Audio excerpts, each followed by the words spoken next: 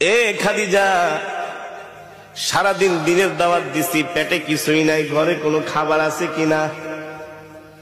আম্মাজান খাদিজা বলে, ওগো প্রিয় স্বামী, আমাদের ওই যে ছোট একটা বকরি আছে, শুধু ওই বকরি থেকে সন্ধ্যাবেলা এক পেয়ালা দুধ দহন করে আপনার জন্য রেখেছি।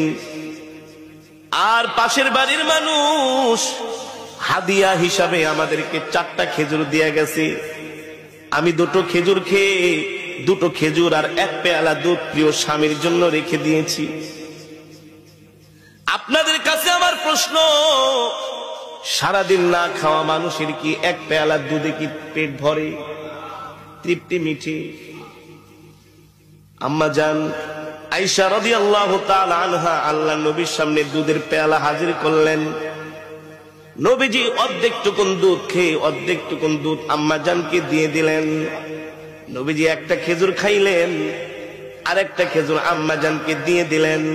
আম্মা জান বলে, ওগো প্রিয় স্বামী, 2টো খেজুরে আপনি খেয়ে ফেলেন। আল্লাহর নবী বলেন, না না না, আমি আমার হাত দিয়া তোমাকে একটা খেজুর খাওয়ায় দিব। আল্লাহু আকবার। এ কথা বলতে বলতে হঠাৎ করে নবীজির চোখ চলে যায় আম্মা জানের কাপড়ের দিকে। আম্মা জান যে কাপড় পরেছেন, ওই কাপড়ের মধ্যে এত তালি, এত তালি, এত তালি, এখন আর মনে হয় কাপড় ছিঁড়ে গেলে তালি দেওয়ার মতো জায়গা থাকবে না।